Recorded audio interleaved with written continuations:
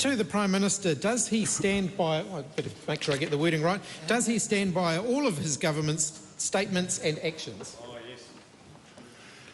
In the context in which they were said and with the facts that were then known, yes. Does he agree with Todd McClay that Winston Peters is, quote, fast earning himself an international reputation as an apologist for Russia? If not, why not? Because that statement was made without any relevance to the new circumstances that member finds himself in. He's in opposition. Ask questions that represent opposition, not when he was in government. It's time. That means ask questions that were relevant before, after this government was formed and not before. He should know that. That's why he's sitting over there. He didn't say he didn't disagree with it. Supplementary question. Does he agree with Chris Bishop that Winston Peters often, quote, makes false claims to the media and the public? If not, why not? This may be a slow constitutional lesson, but the questions that we are required to answer pertain to when we formed this government and thereafter, and probably for the next 25 years. In his case, he should be explaining who his possible unlucky successor is. Supplementary question. Does he agree with Chris Bishop? No, actually, does he agree with Paul Goldsmith that Peter's big mouth is harming Kiwi businesses? If not, why not? This is another lesson that's going to take a long time to sink in. And that's why we would like to relieve this Parliament for a few days and for a few weeks for them to lick their wounds, because they are not learning the lesson that they lost. And as their former Deputy Leader Michael Cullen said, we won, you lost, eat that. Supplementary question, Mr Speaker. Does he agree with the Right Honourable Sir John Key of Winston Peters, quote, historically he's always been sacked by Prime Ministers. It's a very different style to mine and it's rearward looking. Definitely a different style. As everybody knows, Mr Key made a lot of statements, but privately he's a secret admirer of mine. Supplementary question, Mr Speaker. Does he agree with David Seymour that Winston Peters has, quote, fallen out with National twice, with half his own colleagues within New Zealand First, even though he handpicked them? I mean, he can't work with anybody. I think you'll find that Chris Luxon is ultimately far too principled to try and work with them too, and if not, why not? They say that all is fair in love and war, and dare I say it, politics. And those things are said on the campaign. Some are meant to be true, some are slightly inflated, and some are sometimes wrong. However, those words are again said by Mr Seymour and Mr Luxon's actions and mine as well. We're off to form a long-term, safe, successful government. To the Acting Prime Minister, does he stand by his government's statements and policies on Te Tiriti o Waitangi? That is the government's want to do, but given that some parties in this House believe that the Treaty of Waitangi is an evolving document, they are confusingly arguing that we should not stand by our statements. What examination and research, if any, has the government undertaken into the adverse effects on Māori of the legislation currently being passed under urgency? The reality is that the legislation being passed under urgency is for everybody in this country, regardless of their gender, background, their creed, and where they came from.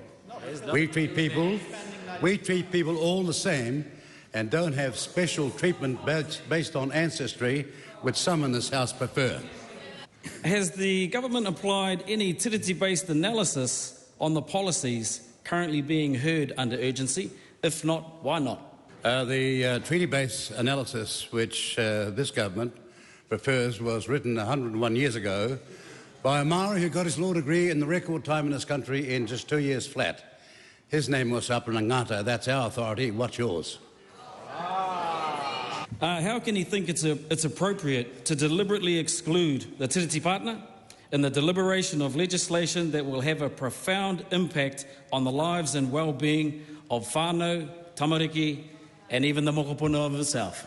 I thank the member for acknowledging that the legislation will have a profound impact upon all the people he talked about, and a profound impact for the better, based on their genuine needs like was announced yesterday with respect to certain rates of treatment that were targeted directly to the Maori people, in this case on the basis of need, not some preferential basis that arises from the Beltway of Wellington or the sociological department of universities. If we want to change Maori, give Maori a chance to freedom and education and information to make the changes themselves. But back to the, beg your pardon? Or honour the treaty. Really, which treaty you're talking about? Which treaty you're talking about?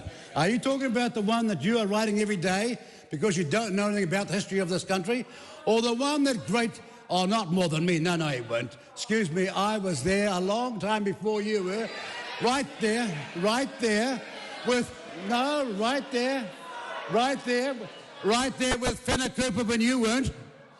Right there when all these great causes, when Kahonga Royal was started, when you weren't. I can sit here or speak to you all day about things I've done, and all we've seen from people like you is noise. All talk. All hooey and no doey. We're not having that going forward, and I hope that memo goes home and fixes at Christmas time on the fact that there were people in the past Maori world with far more knowledge, far more intelligence, and far more integrity, and far more respect than this person shouting out today. Have you ever seen a Maori in the marae behave like that? You ever seen a Maori, male or female, in the marae behaving like that? No you don't. Here we come, this new version of Maori behaviour. They come in here, not prepared to hear the other side of the story. And let me ask you this one question. What on earth have you ever done for Maori? Any of you? Give me the list. I can tell you what, I could put it on the back of a stamp with a carpenter's pencil and there'd be room left over. That's what you've done for Maori. In our case, we've done it and we've meant it. And we're proud of it. But as Shane Jones would say, the Krooman never says how sweet it is, so I'm not going to go on boasting about it. All right? But let me tell you, I know what's happened here. Out in the Maori world, using the radicalisation of a few elite, people who know nothing about the Maori world really, and in this case Te Waipo, half of the mining in the South Island is on their chest right now. The greenstone's all there, huge, almost pulling the neck down. Because if they were real, you wouldn't need to wear that, would you? All imagery, all show, no action. We want everybody to realise our future is best as a country going forward together in a country that has always been known and was known at the time of the Treaty of Waitangi as New Zealand. None of the chiefs, listen up, he says I was there. No, but my chiefly ancestor was. But my chiefly ancestor was, and he's a whole lot more brighter than you. He's a genius compared to you. And I respect this ancestor, and I respect all those chiefs back then who knew what they're doing. And not one in the whole breadth of the country ever called the country Aotearoa. Have a happy Christmas.